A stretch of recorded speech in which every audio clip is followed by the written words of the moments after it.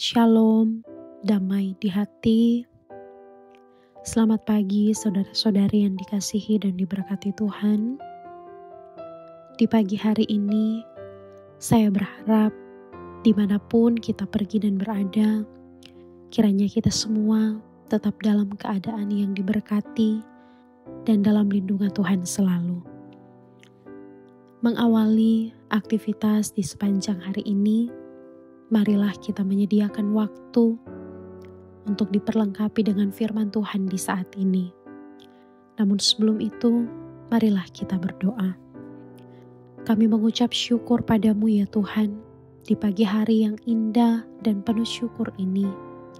Kami ada di hadapan-Mu, bersyukur atas kasih dan berkat-Mu ketika Engkau berkenan memberi kami kehidupan, menikmati hari yang baru di saat ini. Dan saat ini ya Tuhan, kami rindu untuk belajar firman. Kami membutuhkan firman dalam kehidupan kami, karena kami percaya firman-Mu yang senantiasa menuntun langkah hidup kami, supaya jalan yang kami tempuh adalah jalan kebenaran yang sesuai dengan kehendak-Mu. Biarlah kami dipenuhi dengan Roh Kudus-Mu dan memperlengkapi kami, menguatkan kami, menolong kami melakukan firman ini dalam perjalanan kehidupan beriman kami. Di dalam nama Tuhan Yesus firman yang hidup, kami berdoa. Amin. Jemaat yang dikasihi dan diberkati Tuhan, bagian pembacaan kita di saat ini terdapat dalam Roma pasal 6, ayat 9 dan ayat 10. Firman Tuhan berkata, "Karena kita tahu bahwa Kristus sesudah Ia bangkit dari antara orang mati, tidak mati lagi, mau tidak berkuasa lagi atas Dia. Sebab kematiannya adalah kematian terhadap dosa, satu kali dan untuk selama-lamanya, dan kehidupannya adalah kehidupan bagi Allah." Terpujilah firman Tuhan di saat ini. Judul Renungan Harian Keluarga Kamis tanggal 1 Mei tahun 2025 adalah kematian dan kebangkitan Yesus Kristus memberi kehidupan. Keluarga Kristen yang dikasihi dan diberkati Tuhan, Rasul Paulus menegaskan kepada jemaat Roma bahwa Yesus Kristus yang bangkit adalah Dia yang sebelumnya telah mengalami kematian namun tidak mati lagi. Penegasan ini menunjukkan bahwa pertama, kebangkitan Yesus Kristus dari antara orang mati menunjukkan bahwa Ia benar-benar mengalami kematian, bukan mati suri atau seperti ajaran lain di sekitar kita yang mengatakan bahwa ada orang yang diserupakan dengan Dia yang disalib sehingga Yesus Kristus sebenarnya tidak mati. Kematiannya adalah satu kali untuk selamanya dan kemudian bangkit serta hidup. Kedua, kebangkitan Yesus Kristus adalah kebangkitan yang tidak mengalami kematian lagi dan hidup selamanya.